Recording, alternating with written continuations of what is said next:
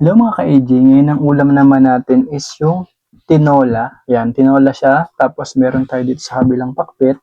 Tapos ito yung sabaw ng tinola. Ayan, hiniwalay ko lang yung laman sa sabaw. Ayan, bali ito, matas meron tayong maraming kanin. Ayan, tapos kung bago ka lang dito sa ating page, baka pwedeng papollow ng ating page, palike ng ating video, mag-comment ka kung taga saan ka, tapos pa-share na rin. Malaking tulong na po yun sa atin. Ayan, kaya ano pang hinihintay natin? Atak. Kain na tayo. Ayan, bali itong pakbet, yan, meron siyang ampalaya, merong talong, merong okra, tapos itong naman tinola is, ang gulay niya is yung papaya. Tapos merong manok.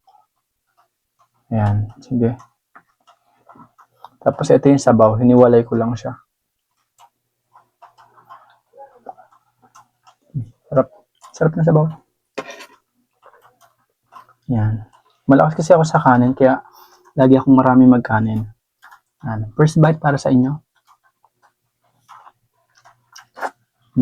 Sarap.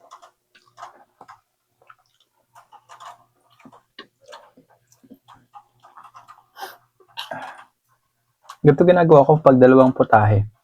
Kukunin ko lang yung laman, kunyari ganito tinola. Tapos kukunin ko lang yung laman, hihiwalay ko lang.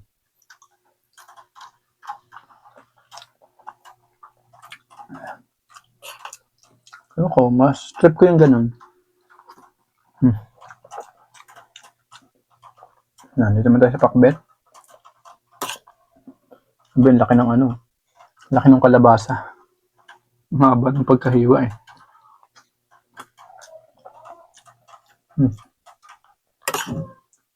Okay naman. Meron siyang alamang. Lasang lasa yung alamang.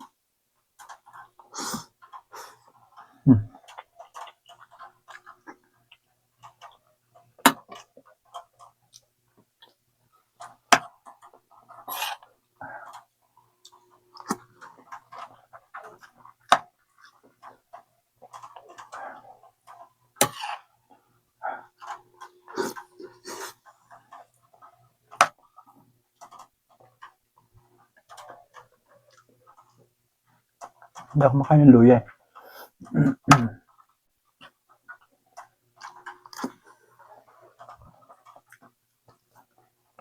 Hindi pa naman mahilig sa ampalaya.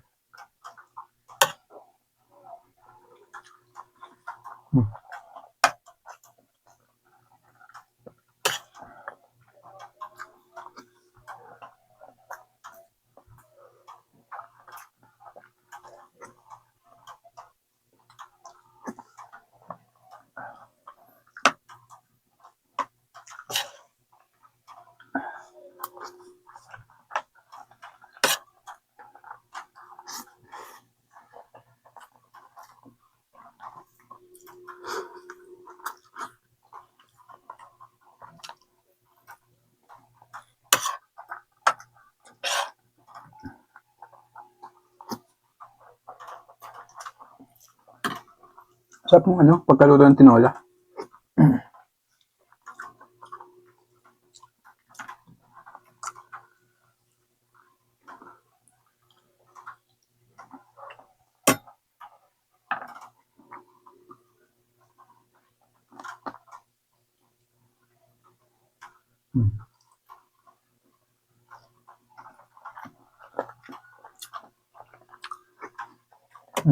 Sarap. Sarap ng sabaw niya.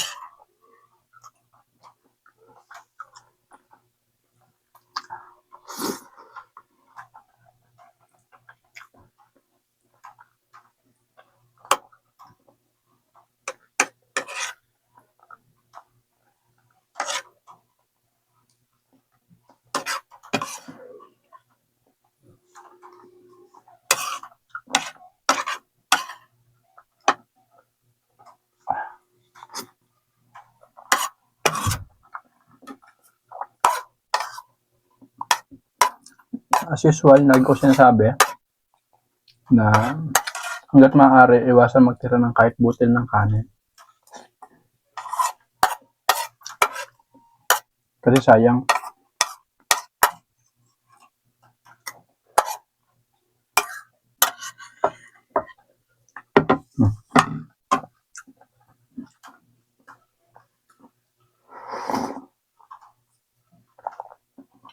Ayan, kaya mas gusto ko nagtitira ng sabaw talaga. Nakaiwala yung sabaw para may nihigop ako.